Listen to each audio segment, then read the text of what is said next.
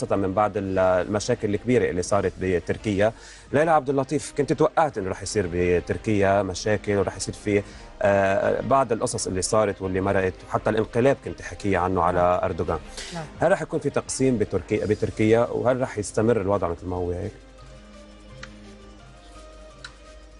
في تحضير كثير لتركيا بحس بعد الانقلاب اللي صار. الله يستر، ما في 25 دولة صارت كارت عن تركيا. لا ما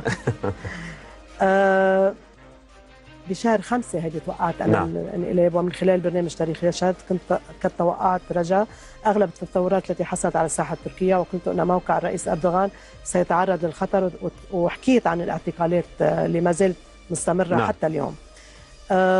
وتوقعت ايضا انه يقوم الشعب التركي بمظاهرات تضامنا مع الرئيس اردوغان. وبعد ان حصلت كل هذه الاحداث والتوقعات، ارى اليوم رجاء ان ما حصل على الساحه التركيه لن يكون المشهد الأخير لهذه الأحداث المؤسفة، ولكنه سيكون البداية للأحداث القادمة وليس النهاية.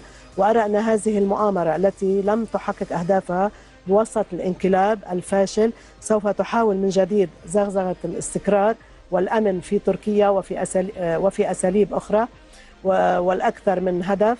لذلك أرى أن تركيا بعد هذا الانقلاب لن يكون كما قبله، فهناك الكثير من الأحداث والتداعيات التي ستحصل على الساحة التركية من جديد خلال المرحلة القادمة، سواء على الصعيدين الأمني والسياسي.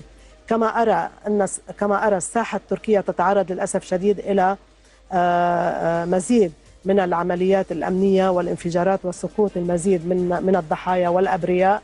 وأرى أن هذه العمليات ستطال بعض المراكز العسكرية ورجال الأمن والجيش.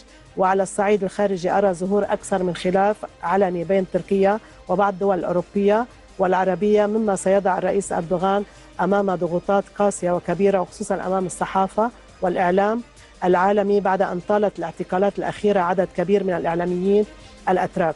وأرى أن الرئيس أردوغان سيكون بين حدثين كبيرين، ومع حصول هذين الحدثين سنرى المشهد التركي يظهر بوضوح ويحمل معه الكثير من التغيرات. وعندما قلت سابقا أننا سنرى الرئيس أردوغان في روسيا، وبالفعل هذه الزيارة ستحصل بعد أيام، أقول اليوم أن زيارة الرئيس التركي إلى روسيا ستضع تركيا أمام سياسات جديدة وتحالفات غير متوقعة، وهنا ستكون الأنظار على الجيش التركي والرئيس أردوغان. وأخيرا أرى أن هناك أطراف دولية تحاول تقسيم تركيا، والأحداث القادمة هي التي ستحدد أو تهدد وحدة الكيان التركي، ولم يزل الرئيس أردوغان في دائرة الخطر. يعني أنا كإلهام التقسيم في تركيا آت لا محالة، والخطر لم يزل على أردوغان. نعم، الخطر لم يزل على أردوغان، ما انتهت تركيا. ليلى، بهالأثناء بعين التيني الرئيس نبيه بري مجتمع بالشيخ سعد الحريري.